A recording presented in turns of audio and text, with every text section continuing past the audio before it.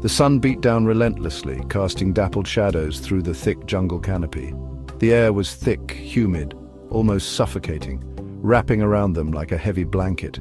Captain Rizwan, with his weathered face etched by years of navigating these treacherous waters, steered the boat with practiced ease. His hands, calloused and strong, gripped the wooden wheel, guiding them deeper into the unknown. Sarah, eyes bright with curiosity and camera ready, scanned the emerald depths of the jungle. Every rustle, every movement was a potential story waiting to be captured through her lens. A symphony of bird calls filled the air, a cacophony of life that was both enchanting and overwhelming. The vibrant colors of the birds contrasted sharply with the deep greens of the foliage. Beneath the surface of the murky river, unseen creatures lurked, adding an element of mystery and danger to their journey. The water was a world unto itself, teeming with life that remained hidden from view. The Amazon. A river, a jungle, a world of its own. Beautiful, deadly. It was a place where life thrived in abundance, yet danger lurked at every corner.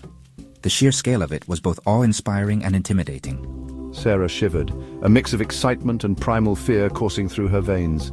The jungle was alive, and she could feel its pulse, its breath, its watchful eyes. Rizwan smiled, a knowing glint in his eyes. He had seen it all, the jungle's beauty, its fury, and he respected its power. He knew that today, like every other day, the jungle would test them. He'd seen it all, the jungle's beauty, its fury, the lush greenery, the chaotic dance of life and death, the constant struggle for survival. It was a world that demanded respect and caution. Today, he sensed, the jungle was watching them. Every rustle of leaves, every distant call seemed to carry a message, a warning. They were not alone, and the jungle was very much aware of their presence. The boat sputtered and struggled. Silence descended, heavy and absolute, like a blanket. The engine coughed, then died. Panic flared in Sarah's chest, hot and choking her. Rizwan worked feverishly, his weathered hands moving with practiced ease. What's happening, Rizwan? Tell me. A ripple in the water appeared, not the gentle lapping of before. This was different, powerful, moving with purpose.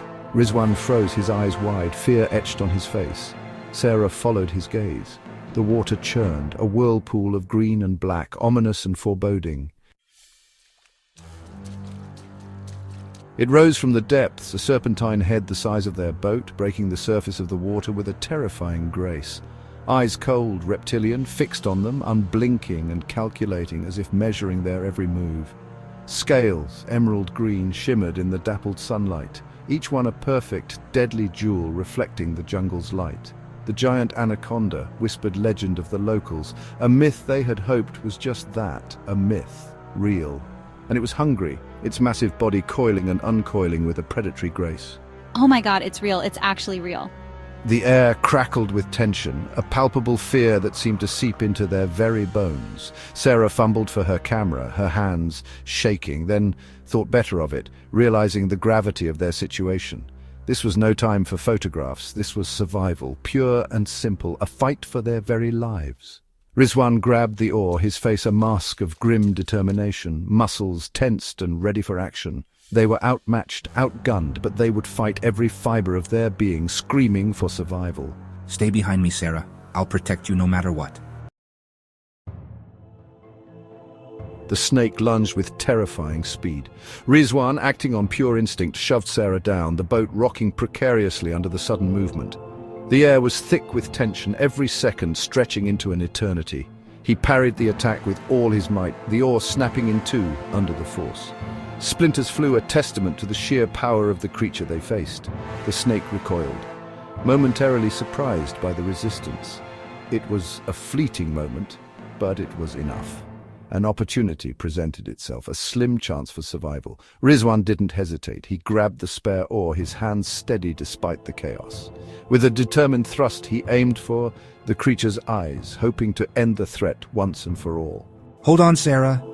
His voice was a mix of urgency and reassurance, a lifeline in the midst of the storm. A direct hit. The snake hissed, a sound that echoed through the jungle, a symphony of rage and pain. The air vibrated with its fury, a chilling reminder of the danger they were in. Blinded and disoriented, it thrashed wildly, retreating back into the depths of the jungle. The underbrush rustled violently as it disappeared, leaving behind a trail of chaos. Silence descended again.